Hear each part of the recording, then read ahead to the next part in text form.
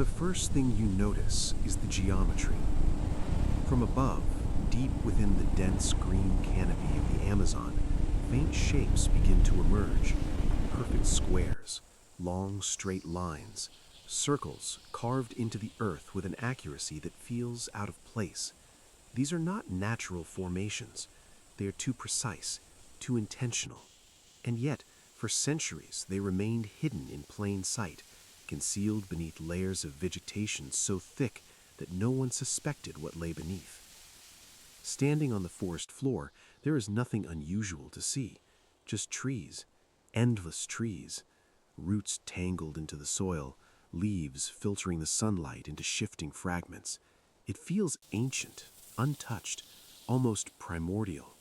But that sense of untouched wilderness begins to fracture the moment you realize that beneath your feet, the ground may not be entirely natural. The contradiction is subtle but persistent.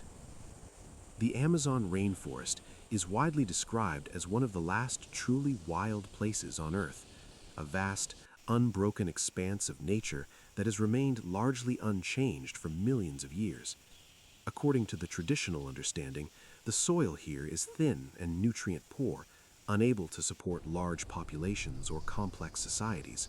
It is a place where life thrives above ground but struggles below it. And yet, scattered across this landscape, there are signs that suggest something very different. The official explanation is straightforward. Indigenous tribes have lived in the Amazon for thousands of years, adapting to its conditions, moving with the land rather than reshaping it. Their presence, while deeply connected to the forest, is not believed to have significantly altered its structure on a large scale. The rainforest, in this view, is primarily a natural system, self-sustaining, self-regulating, and largely untouched by human design. But the deeper researchers look, the more that explanation begins to feel incomplete. In the southwestern Amazon, particularly in regions of Brazil and Bolivia, archaeologists have uncovered hundreds of geometric earthworks, massive shapes etched into the ground, some stretching hundreds of meters across. These formations, often referred to as geoglyphs, are not random. They follow consistent patterns. Their edges are sharp, their angles deliberate.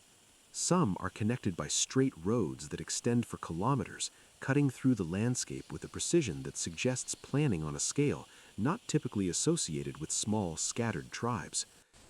These structures were not visible until relatively recently. It was only after deforestation began to clear sections of the forest that their outlines became apparent from the air. Before that, they existed quietly beneath the trees, their presence almost entirely unknown. The standard interpretation is that these earthworks were ceremonial or defensive structures built by pre-Columbian societies that lived in the region long before European contact. This explanation is supported by carbon dating and by the discovery of artifacts nearby. It fits within the broader understanding of indigenous history in South America. But there are details that remain difficult to fully reconcile. Many of these earthworks appear in areas where the soil would not have easily supported the kind of sustained labor required to construct them. Their scale implies organization, coordination, and a stable population capable of maintaining such projects over time. Yet the prevailing model of Amazonian life suggests small, mobile groups, limited by the environment rather than reshaping it. And then there is the soil itself. In certain parts of the Amazon, researchers have identified patches of what is known as terra preta, or dark earth. Unlike the surrounding soil, which is typically acidic and low in nutrients, terra preta is rich, fertile, and capable of sustaining agriculture over long periods. It does not occur naturally. It is widely believed to be the result of human activity, specifically the deliberate addition of charcoal, organic waste, and other materials over time. What is striking is not just the existence of terra preta, but its distribution. These fertile patches are found across large areas, often in places where complex settlements might have existed. In some cases, they cover hundreds of hectares, suggesting long-term, large-scale habitation. The official explanation acknowledges terra preta as an example of indigenous ingenuity, a method of improving soil in an otherwise challenging environment. But it also raises a question that is not always fully explored. If the soil could be transformed, if large organized structures could be built, if roads could be carved into the landscape and maintained, then what does Look that there, imply a about the geometric people who pattern in lived the here? earth.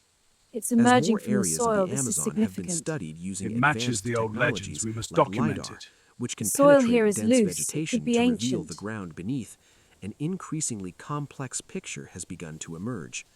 Beneath the forest canopy, there are signs of settlements, networks of interconnected villages arranged in patterns that suggest planning rather than randomness. Some of these sites are linked by straight causeways, elevated above the surrounding terrain, as if designed to remain usable even during seasonal flooding.